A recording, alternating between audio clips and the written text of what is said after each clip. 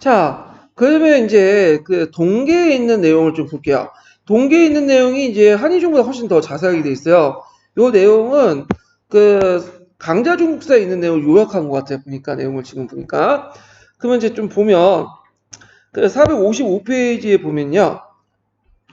당말 5대 사회적 혼란과 무인체제는 학문 연구에 큰 타격을 주었고 특히 학교 교육을 부진하였다. 이러한 과정에 송대의 새로운 학문 발달에 영향을 끼친 것이 당대에 발전된 불교와 도교였다. 그러니까 송대의 성리학은 당말의 유불도의 상교가 조화를 이루고 이런 것들 태도했다. 그래서 되게 유불도의 상교의 융합 형상은 유교도 있었지만 도교에도 있어요. 도교에도. 예. 그래서 도교에도 전진교 같은 거 있죠? 전진교. 그래서 그 당시에 뭐 지식인들이 유교, 불교, 도교 해가지고 따로따로 그 공부했던 게 아니라 겸학을 했어요. 예. 물론 유교 유학자들은 이제 도교하고 불교를 비판했지만 또 수용할 건 다 수용했어요. 얘네들이. 예. 특히 불교 가운데 큰 영향을 미친 게 선종이죠. 그래서 이제 그 송대 저명한 성리학자들이 대부분 불교의 일가견을 가지고 있었던 사실도 이를 증명했다. 이거는 고려도 마찬가지, 고려 말기 때 성리학자들이 모두 되게 밝아요. 불교도 되게 많이 알죠. 그래서 우리가 정도적인 불교 까잖아. 깔 수 있었던 건 뭘 알기 때문에 깔 수 있는 거야. 불교 교리를 파닥하게 알고 있기 때문에 깔 수 있는 거야. 예. 그러나 이제 송대에서 당대까지의 사상계의 주류를 이루고 있던 불교로부터 사상계 깊은 영향을 받으면서 철저히 이를 비판한 불교와 결별해서 유교의 어떤 사상성을 회복하려고 했고, 이거는 국수주의적인 어떤 송문화의 성격과 관련이 있다. 왜? 불교와 불교는 엄밀히 말하면 중국 고유의 사상 아니죠. 어디에 건넌 거야? 인도에 들어온 외래 사상 아니에요? 그래서 이제 이런 것들이 있다는 걸 좀 기억을 해두시면 되고, 자, 그다음 송대 이제 뭐냐면 사대부 서민사의 대두, 지주계층 형성, 문신관료의 항제, 전제, 독재체제 확립 등등이 이전 시대와 성격을 달리했고 그 시대적 성격에 반영해서 새로운 학문과 사상이 필요했다. 그래갖고 이제 이렇게 해서 이제 도교와 불교를 비판적으로 수용해갖고 가면서 등장했던 것이 이제 그 송초의 그 사상계의 그 사상들인데 이때 이제 그 11세기 때부터 인종시대까지 이제 전성기를 누렸는데 이 뭐냐면 여러 학자들이 송초의 학자들이 이걸 뭐라고 하냐면 경력시대의 정학운동이라고 해요. 그거 좀 기억을 해두시겠죠? 그래서 이런 석학들은 서원을 중심으로 해가지고 학문 발전의 기초를 마련했고 문체주의가 추진되면서 유학 진학 방침이 확립되고 간학이 설치되어 11세기 중반의 인종시대 그 전성기를 맞았다. 그래서 이른바 경력시대, 경력 정학의 시대다. 이렇게 하죠. 정학이라는 것은 바른 학문이죠. 올바른 학문. 그러니까 정학이 있으면 정통이 있으면 비정통이 있는 거야. 그래서 이 정통을 제대로 유기에 세우자. 그러면서 이제 연구 학풍이 등장을 했는데, 자, 이래서 혁신적 이상주의 경의의 실천 운동과 정치 운동이 시작되었다. 그래서 송대 사풍의 진작을 위해서 앞장섰던 사람이 범중어, 그 다음에 고문 부흥 운동에 제청한 구양수죠. 그 구양수하고 고문 부흥 운동을 좀 본데, 고문 부흥 운동은 뭐냐면 이게 당나라 때부터 시작돼. 당말 때부터. 그래서 송나라 때까지 갔거든요. 그래서 그 예전에는 그 위진단법주 시대 때 무슨 문제가 있었죠? 사륜 변륜차라는 게 있었죠? 되게 형식적이고 이런 것도 있었잖아요? 근데 이게 이제 비판하는 거. 이거 잘못된 거다. 좀 자유롭고, 그 다음에 창의적인 어떤 문제가 필요하다. 그러니까 한대 문체로 돌아가자. 한나라 때 시대 때 문체로. 그게 고문이에요. 그 고문을 부흥하자. 그래서, 한대의 자유로운 문체로 돌아가자. 하는 것이 고문 부흥운동이고, 이때 당송 시대 때의 고문 부흥운동의 대표적인 걸, 뭐냐면, 8대, 그게 뭐라고 하지? 갑자기 생각하는데? 하여튼 8명이 있어요. 8명. 8명이 이제 대표적인 사람은 이제 고문 부흥동이, 주도를 했죠. 그래갖고, 뭐, 한유, 유종호, 소식, 소순, 소철, 구양소, 증병, 뭐, 등등. 당송팔대가다. 당송팔대가. 자, 그래서 하여튼 이런 것도 있었다. 그래서 이제 구양소에서 자유주의적이고 비판적인 경학의 세계 학풍으로서 역사의식에 관한 정통론이 확립됐고요. 이와 함께 이제 고문부흥에 의한 실용주의와 인류질서의 인륜 질서의 재건을 부를 수 있는 공양학적 의리주의 등등등 해가지고 종주의 홍과학적인 형식주의, 정통주의인 학문경영을 떨쳐내려고 했다. 그래서 이런 것들이 이제 성리학을 나타나게 하는 어떤 배경이 되었다. 이렇게 좀 기억을 해두시면 되고요.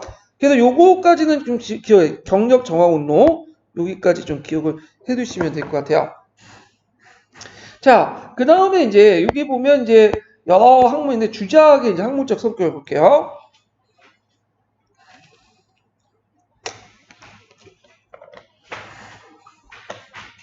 자, 두 번째 문장을 볼게요. 자, 당송의 사회적 병역은 학문과 사상적 면에서 바람을 일으키기 충분했다.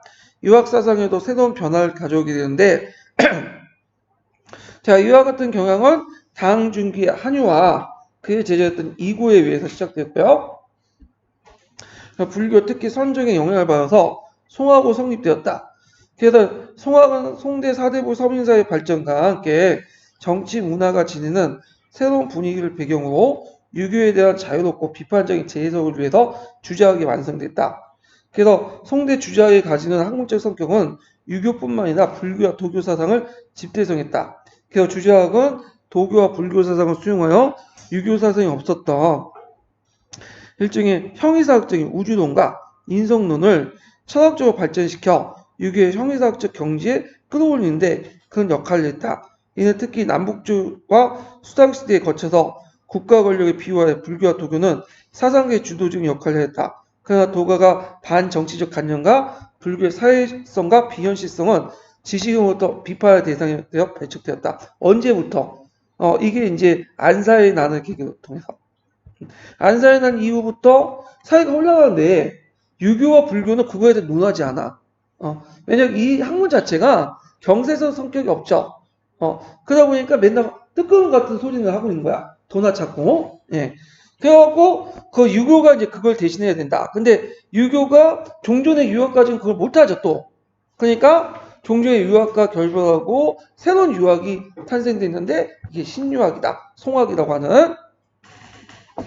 그래서 송학은 불교를 비롯한 많은 외래 사상과 맞설 수 있는 세계관 실천 이념을 수입하게 되고 그래서 이제 불교와 도교의 세력이 송대 주작 성립 후에 급속하게 약화되고 지식인들이 이를 외면하게 된 것은 이런 주작과 학문적 성격을 반영한 것이다. 그러니까 예전에는 도교와 불교가 가지고 있는 어떤 형이상적 세계관에 매료돼 갖고 받아들였는데 이걸 누가 흡수통합한 거야?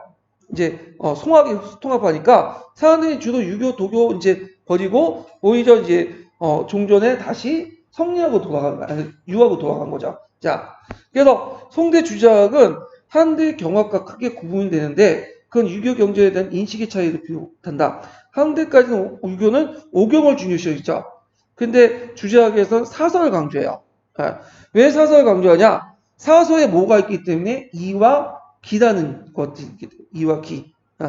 그래서 그 이와 기가 있고 그 사설을 이제 집대성한 사람이 사서 집주 주자죠. 주자를 상당히 강조하고 사서 뭐 다 알겠지만 노노, 맹자, 대학, 중용. 대학과 중용은 원래는 독립틱이 아니었죠. 어디서 나온다고 했어요 이거는? 얘기의 한 편에서 나온 거죠. 대학편, 중용편. 그래서 대학과 중용을 부분을 해석을 하기 위해서 뭐냐면 해석 부분에서 이제 그 뭐 견물지지나 이런 것들 있죠. 견물지지 이런 것들 해석 부분도 다 대학편에 있는 거야. 대학편. 근데 주의학교는 대학과 중용은 이건 따로 만든 후대. 그래서 이거는 이제 누가 해석한 거야? 주자가 해석한 거야. 따로 만든 거는. 근데 예전에 얘기편에 고대학본과 중용본이 있어요. 이건 또 다른 거야. 그래서 나중에 건물지지라든지 그 다음에 이제 뭐 심증리 등등등 이런 것들을 이제 여기에 다 대학과 중요 있는데 그 다음에 신민설 뭐 친민설 있죠? 이런 것들 다 대학과 중요 있는데 요거는 성리학하고 양론하고 해도 다 달라요. 근데 여기에서 대학과 중용은 이거는 얘기에 있는 대학과 중용이 아니라 대학과 얘기에 있는 대학과 중용을 그래서 주석을 붙여가지고 독립된 책을 만든 거야. 그렇기 때문에 이거는 실질적 저자는 누구라고 보시면 돼요? 주자라고 보시면 돼요. 주자. 자, 사서 가운데 대학과 중용은 당의 한유와 이고가 도교와 불교에 대항해서 유교의 일륜적 입장에서 대학을 중시할 때까지는 유학자의 관심을 얻지 못했고 논어도 오경 같은 위치에 넣지 못하고 맹자는 제자각에 편입시킬 정도였다. 이에 대해 송대 유학자들 대학을 얘기도부터 독립시키고 학문적 지표를 강조했고 중용도 불교 특히 선학을 상통한 점이 있어서 송초까지 불교 해석을 가지고 해석하려고 했다. 그러나 주제학자는 이와 같은 불교적 중용 해석을 완전히 벗어나고 유교적 심성론에 입각해서 중용을 통해서 만연했다. 그래서 이제 이런 내용들 좀 기억을 해두시면 되고요. 그 다음 뒤에 넘어가서 주제학의 발전 부분을 볼게요. 자, 주제학의 출발은 당대 한유의 원도, 원성민, 그의 제자 이구의 복성서를 출연해서 불교와 도교에 대한 비판 가운데 유교의 인성론을 바탕으로 유교의 우위성을 제기하는데 비롯된다. 이때 인성론의 바탕이 됐던 유교 학문이 뭐죠? 맹자죠. 맹자의 뭐야? 사단설. 그 다음에 맹자의 사단설과 선서설.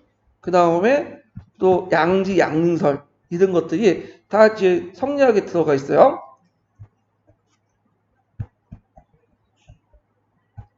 자, 송의 건국과 문치주의 정책은 유교 사상의 발전의 기틀을 마련했고 북송의 인종 경력 연간에 이런 정학운동을 경력 정학운동이라고 했죠.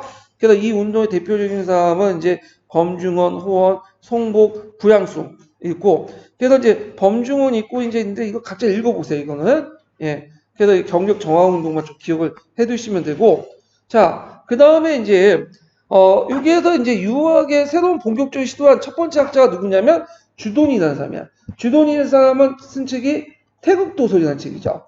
그래서 도가의 사상과 한대 유학자의 음양오해설을 조합시켜서 송대 주자학의 개조가 되었다. 그래서 쭉 내용이 있는데 읽어보면 이거 무슨 말인지 하나도 몰라. 이것만 가지고는. 제가 강단용 목사에 있는 내용을 읽어봤거든요. 뭔 말인지 몰라. 그냥 보니까 저자도 모르고 쓴 거야. 그냥 책을 뺏긴 거야. 근데 이거 어떻게 이해하겠어? 근데 우리가 이제 시험 볼 때 요 정도는 안 나올 것 같아. 뭐 주돈이의 태국도서대 어떤 써라. 그런 거는 쓰면 벌써 300자, 400자, 500자 넘어가죠. 안 써. 그러면 뭐만 기억하냐? 주돈이가 뭘 썼다? 태국도서 썼고 어디에 영향을 받았다? 도교의 사상과 음양오해서에 영향을 받았다. 요 정도만 기억을 하면 돼요. 예. 뭐 거기에 뭐 플러스 다 붙이면 이건 우리가 이제 윤리 과목을 봐야지. 이거는 자 넘어가고 그 다음에 정호 정의 형제가 있죠. 그래서 이 사람이 이론을 제시했고 장제가 뭘 주장했죠? 기론을 했다. 그래서 이게 이기론을 발전해 갖고 다시 주의의 이기 이론으로 넘어갔다. 이렇게 이제 보시면 되고요. 자, 그 다음에 뒤에 넘어가서 정의를 볼게요. 여기 장제 기론은 그냥 참고서 보시고 정의와 정호는 이원론을 주장했는데 이론론을 주장해요. 그래서 정의의 이 개념은 장제 기에 대해서 되게 추상적이다. 천하의 삶을 받을 원칙이 있고 일문의 일리가 존재하죠. 이거는 주장하게 들어가요. 그래서 모든 사물에서는 모든 뭐가 있어? 니가 존재해요. 니의 보편성이 내재됐죠. 그러면서 이와 도를 동일시 여기고요. 이가 개별적이고 지적인데 말해서 동호는 종합적이고 실천적인 걸 해석하였다. 그래서 정의는 장제가 존재, 궁극의 경지가 긴 태어의 두 방면에 이 사람 이를 뒀다. 뭐 이렇게 이제 해서 이를 강조했다는 걸 보시면 되고 그래서 요걸 정리한 사람이 누구냐? 주자 이기이원론이에요. 그럼 이기이원론을 볼게요.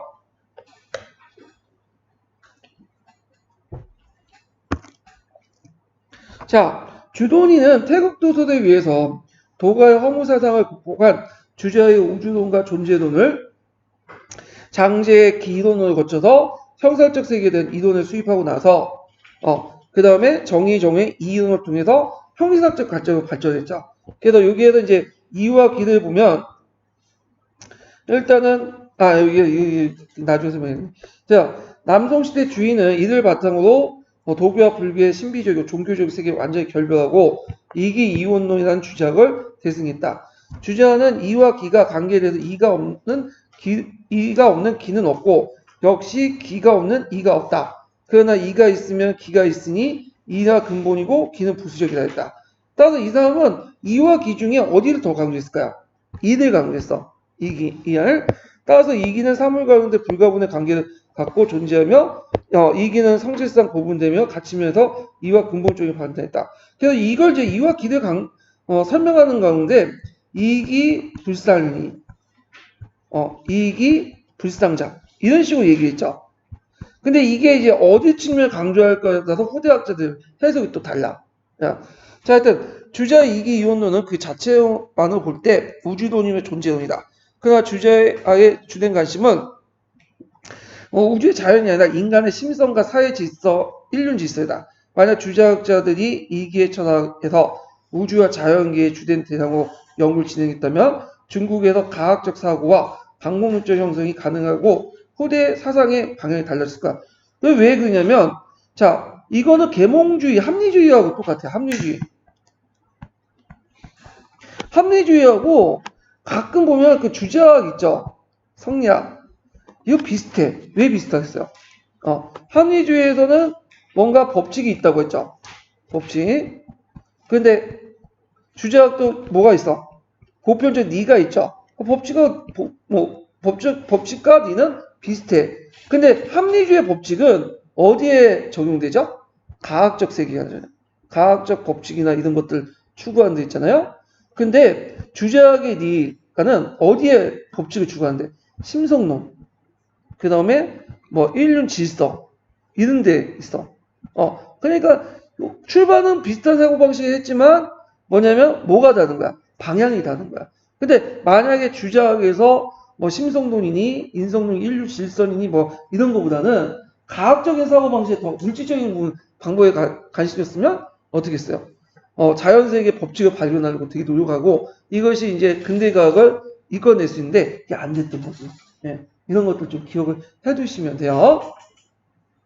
자, 하여튼 주자학은 원래 유교와 달리 크게 다른 점은 사회 정치 원리 기초로서 인간의 심성을 중요시하고 이거에 대한 이론을 발전시켰다. 그러니까 단순히 보이는 것이 아니라 그걸 통합할 수 있는 어떤 보편적 법칙을 어떤 사회 정치 원리나 인성론에 부여하려고 했죠. 예. 그래갖고 이제 그 밑에 이제 뭐냐면 뭐 선증이라든지 그 다음에 또 그 여러 가지 설이 나오죠. 예. 그래서 성증리 뭐 등등등 있는데 요 부분은 제가 이제 그 뭐냐면 관련돼 가지고 예전에 설명을 했는데 요거는 제가 한번 전반적으로 좀 그 기본 심화 강의 교재를 보고 좀 설명할게요. 이거는 뭘 가지고 설명하냐면 저도 뭐 그렇게 이제 잘 아는 것은 아니기 때문에 거기 제가 약간 신유학에 대해서 그 있어요. 이게 예. 유교 윤리 책 있죠. 윤리 선생님 중에 그걸 잘 정리한 게 있더라고요. 그래갖고 이제 좀 보면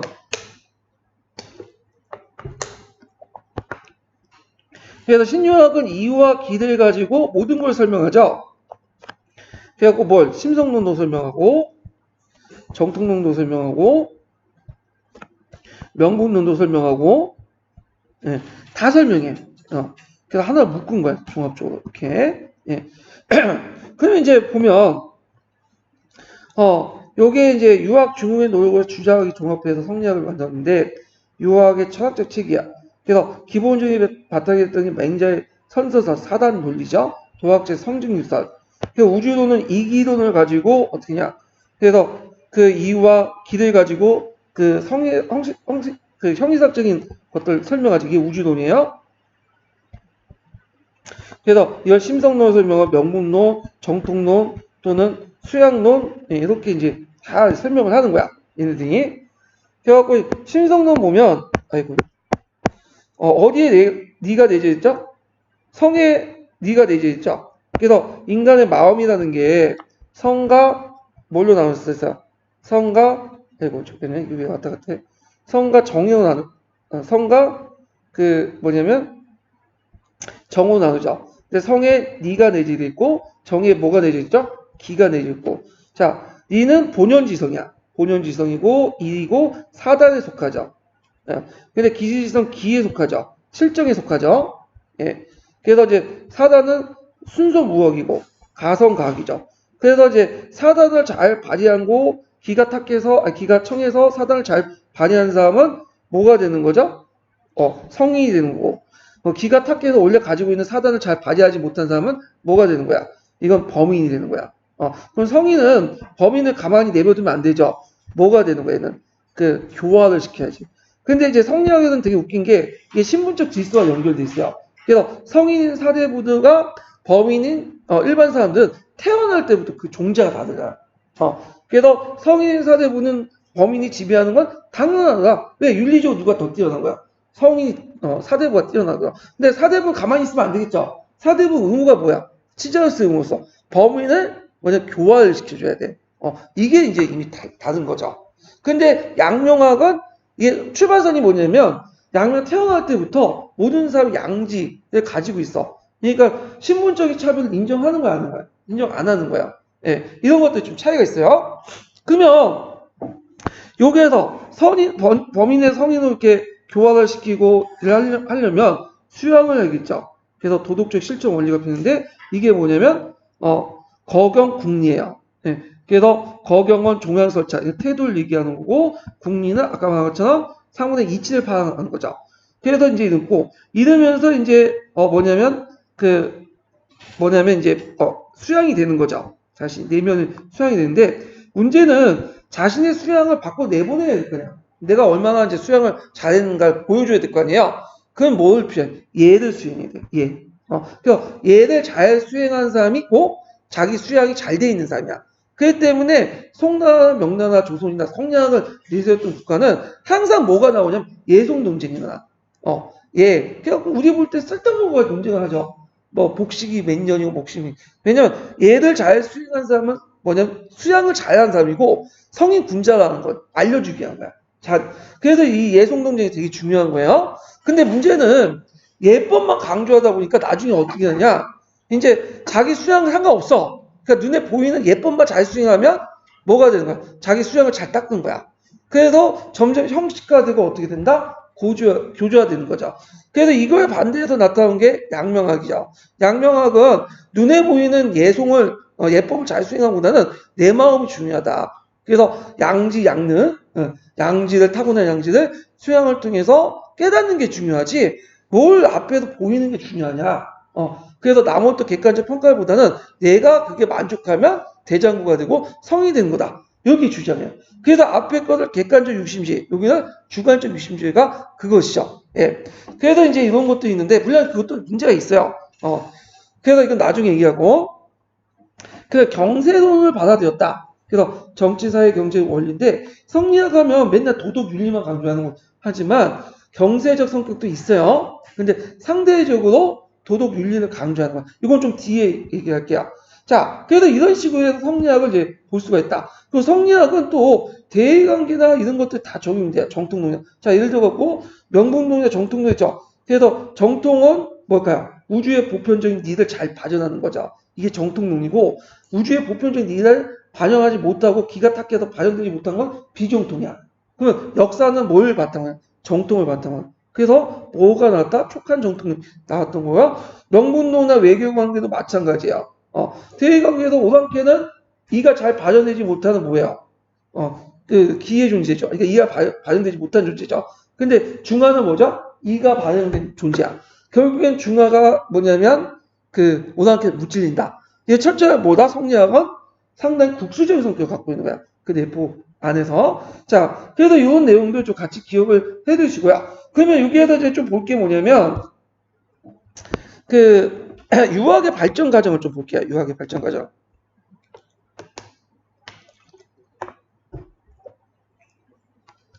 자, 유학은 이제 초창기 때 원시 유학이죠.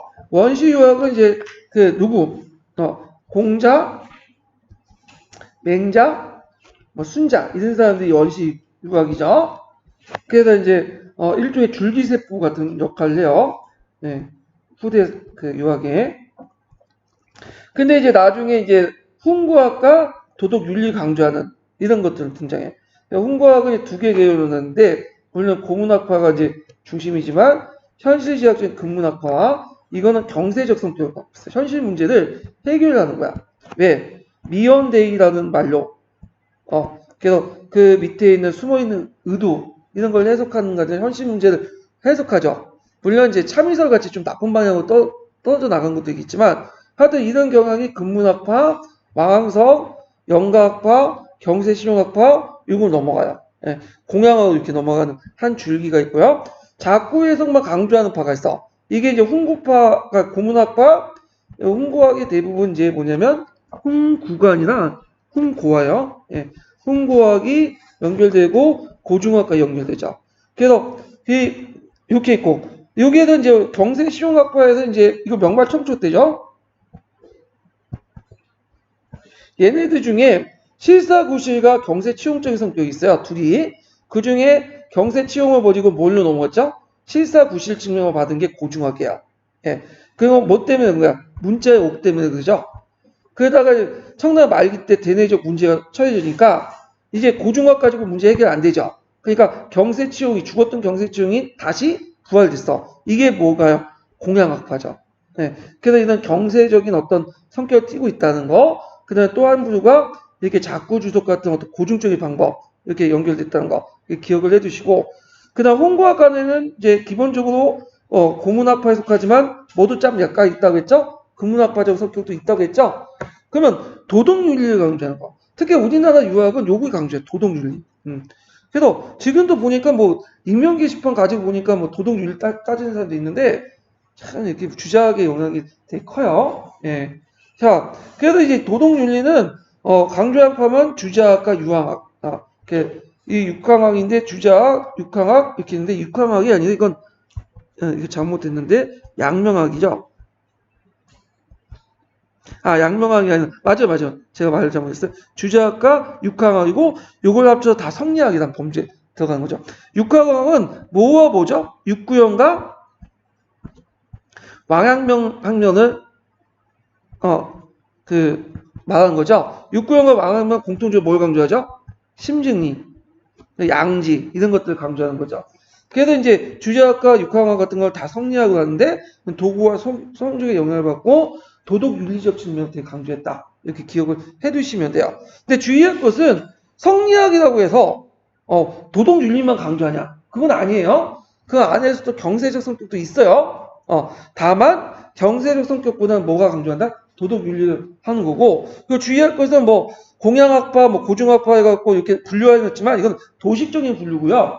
공양학파에서도 고중적 성격도 있고 그 다음에 고중학파에도 뭐도 있어요. 경세적 성격도 있어요. 근데 다만 어디가 더 초점을 맞추냐 거기가 이제 있죠. 그래서 이런 게 세 개 분류로 이제 나눠볼 수 있다. 이렇게 보시면 되겠죠.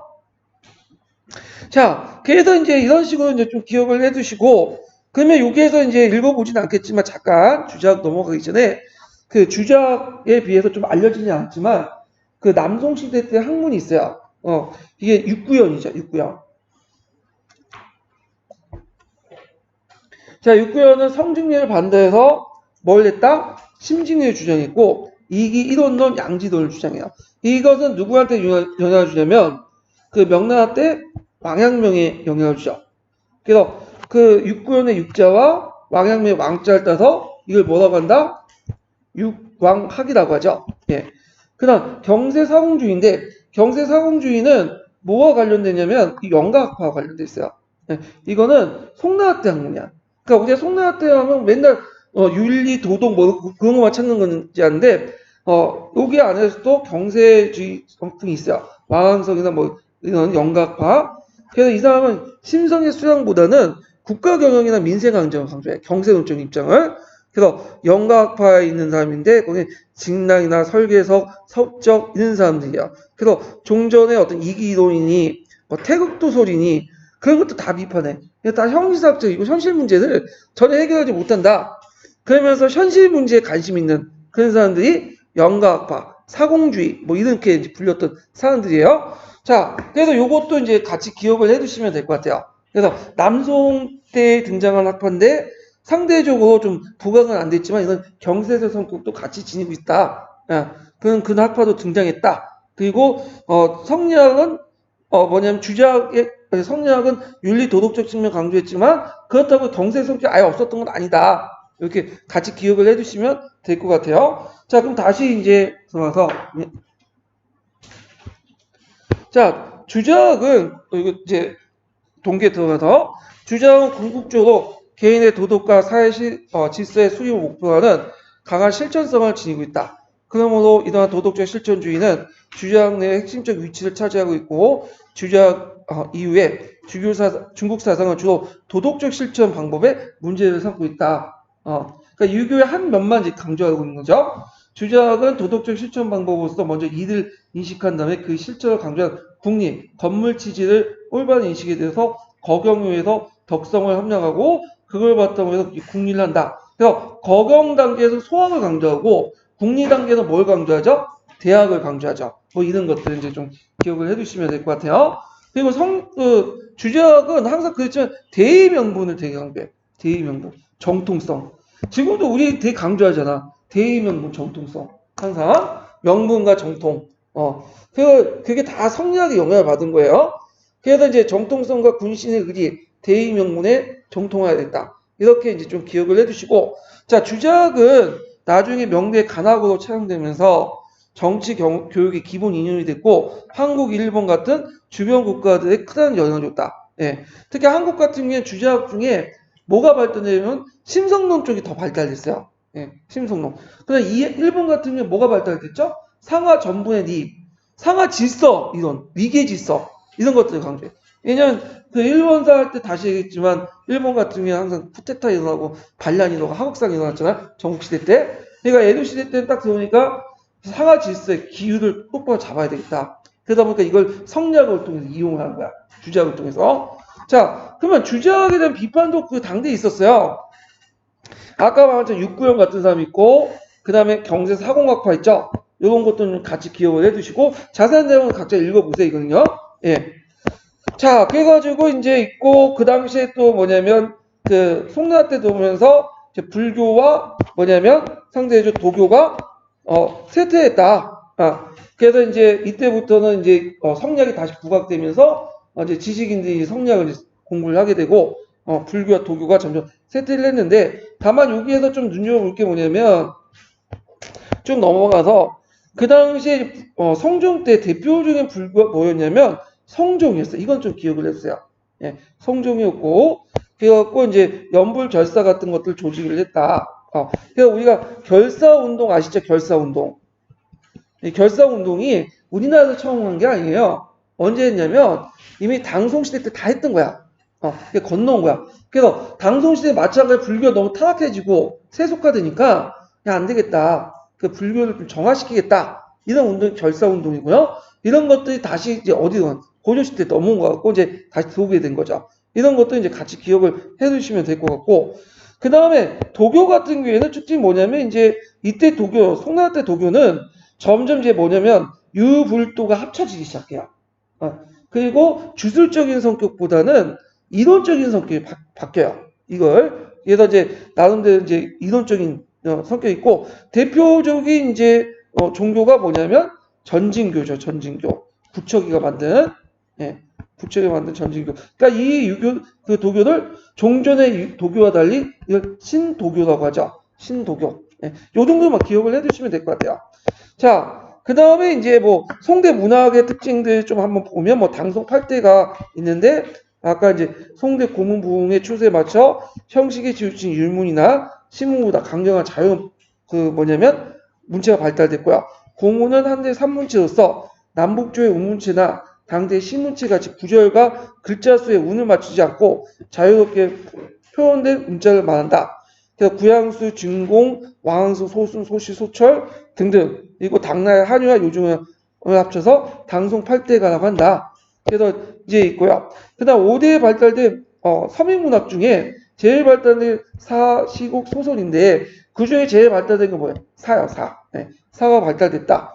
그래서 이제 이렇게 있고 그 다음에 이제 국어체 소설도 이제 발달됐고요. 시국을 작곡에 해서 이제 또 많이 보고 했고 특히 원대에 가서 크게 발달했다. 이걸 원극이라고 하죠. 예. 그래서 있고요. 그 밑에 거는 이제 각자 읽어보시고 역사학을 볼게요. 역사학. 이게 되게 중요해. 예. 역사학. 그래서 송대에는 역사학 분야에 갈목한 진전을 이뤘다.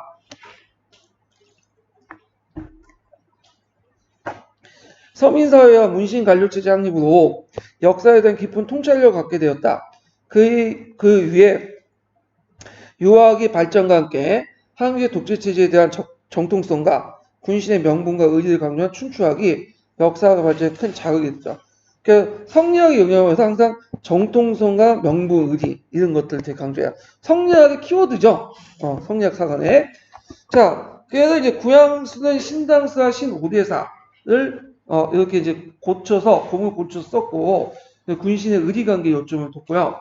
그 다음에 또 송문화의 국수지 성격 역사학에 잘 반영했는데 중국인의 문화적 우월성에 역사 속을 구현하려고 했다.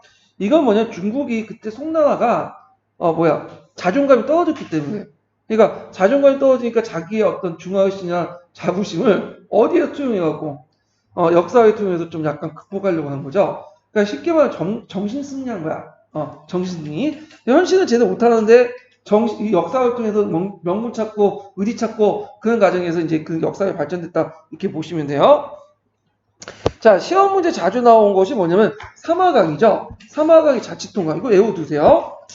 자, 사마강의 자치통감은 사마천 사기 이후의 역사의 기술 방법이 그 기전체였잖아요. 근데 이거 반대해서 편년체였었어. 그래서 통시대적인 어떤 거야. 그래서 종전의 이제 정사들은 단대사였죠. 사기를 제외하고는. 근데 이때부터는 통시대적인 역사를 썼다. 그래갖고 전국시대부터 송이 건국할 때까지 지금 그 당시 현대사까지 보다 역사를 객관적으로 짜임새에 서술했다. 그러니까 제왕이 정치를 다루는데 거울처럼 들여다보는 책 이름을 그대로 저자의 철학과 역사의식에 잘 담겼는데 통감이라는 자체가 거울이죠. 그래서 이 자치통감은 역교론에서 얘기한 것처럼 무슨 것을 강조하죠? 교훈적 역사를 강조하고 이런 것들 이제 할 만큼 상당히 명조로 널리 익혔다. 그래서 이 통감의 자극을 받았고 만든 것이 주위에 뭐예요? 통감 강목이죠. 정확한 말로는 자치통감 강목이에요. 그걸 재편집한 거야. 강목책으로. 그래갖고 자치통감의 방대한 내용 중에 도덕적 가치가 높은 걸 요약한 건데 역사적 사실의 가치 기준을 잘 선별해서 사실 판단 기준 도덕성을 뒀다. 그래서 사실 판단을 할 때 그 도덕성이 높은 거는 강으로 쓰고 좀 도덕성이 좀 낮거나 벌 중요하지 않는 건 모로 쓰죠.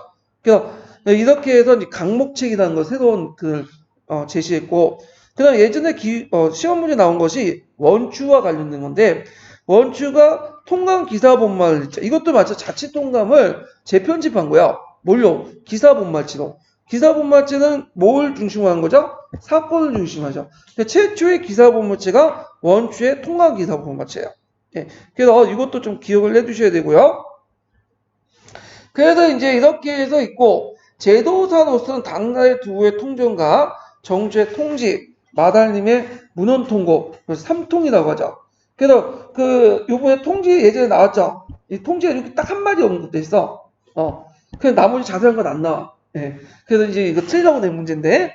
자, 그 다음에 그 외에 백과사전 같은 게 있는데, 그래서 이제 태평항옥이, 원평구역지, 그 다음에 태평어람, 태평강기, 문헌영화, 책보원기. 한마디 다 들어봤던 거야. 그 문학책이나 역사책에 들어가 있는데, 문학, 역사, 지리서 다 포함된 거야. 그러니까 이거는, 일종의 역사적 기록으로서 또 평가를 받는 거죠. 그래서 이제 이런 것들을 좀 기억을 해주시고, 미술과 공예는 관심 있는 분들만 잘 보시면 될 것 같아요. 이거는 과학기술은 이제 아까쯤에 한 것처럼 권위할자 있죠? 할팔 인쇄술 요거와 연결시켜서 좀 보시면 되고 그 다음에 이제 여기에서 이제 우리나라하고 관련된 것이 그 밑에 우리나라도 정한 농사 집요라는 책 있죠?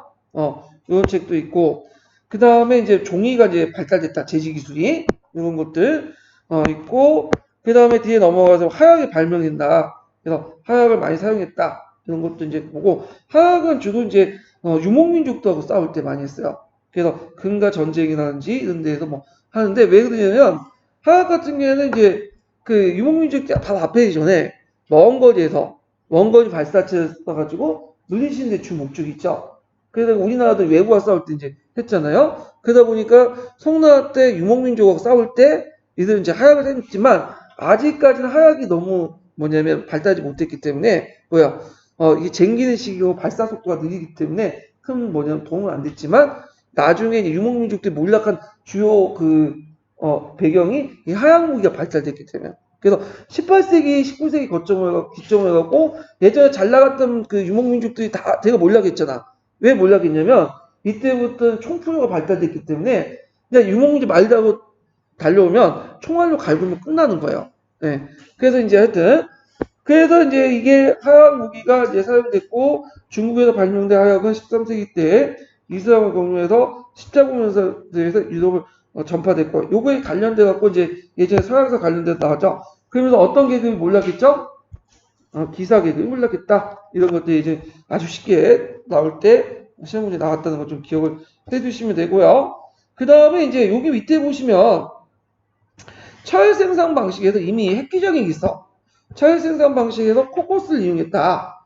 철강서를 축출했고 또 선철을과 단철왕에 용이하는 방법과 냉각 산화된 송풍에 의해서 탄소를 직접 제거해서 강철로 제재하는 거. 그래서 이거는 코코스 사용하고 막 그런 건 언제 때 사용했어요? 유럽에서는 산업혁명 때 했죠. 이미 북송시대 때 이미 한 거야. 되게 발달됐죠. 코코스 사용하고 여러 기술 내갖고 단철하고 그 다음에 이제 뭐 아까 석탄을 이용했다는 거 다 이제 북송시대 때 했던 거 이런 것들 기억을 해두시면 될 것 같아요. 자, 그래갖고 이렇게 해가지고 이제 끝났고 다음 시간에는 뭘 보냐면 이제 유목민족과 관련된 부분을 할게요.